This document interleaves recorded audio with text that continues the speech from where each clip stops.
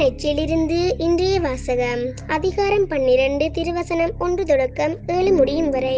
அக்காலத்தில் ஒருவரை ஒருவர் மிதிக்கும் அளவுக்கு ஆயிரக்கணக்கான மக்கள் திரண்டு வந்தபோது இயேசு முதலில் தம் சீடரோடு பேசத் தொடங்கினார். அவர் அவர்களிடம் கூறியது, பரிசேயருடைய வெளிவீடமாகிய புளிப்புமாவை குறித்து நீங்கள் எச்சரிக்கையாய் இருங்கள். வெளிப்படாதவாறு மூடப்பட்டிருப்பது ஒன்றும் இல்லை, அறியப்படாதவாறு மறைந்திருப்பதும் ஒன்றும் இல்லை.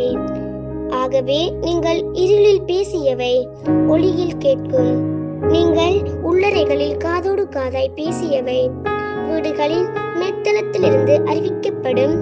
என் நண்பர்கள் ஆகிய உங்களுக்கு நான் சொல்கிறேன், உடலை கொள்வதை அன்றி வேறு எதுவும் செய்ய இயலாதவர்களுக்கு அஞ்ச வேண்டாம்.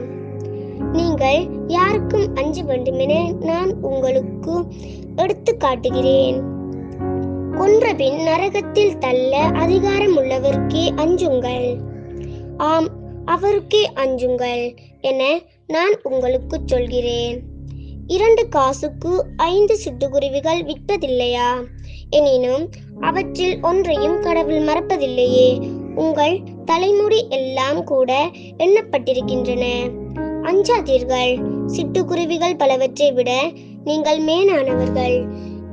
இது ஆண்டவரின் அருள்வாக்கு. கிறிஸ்துவே உமக்கு புகழ்.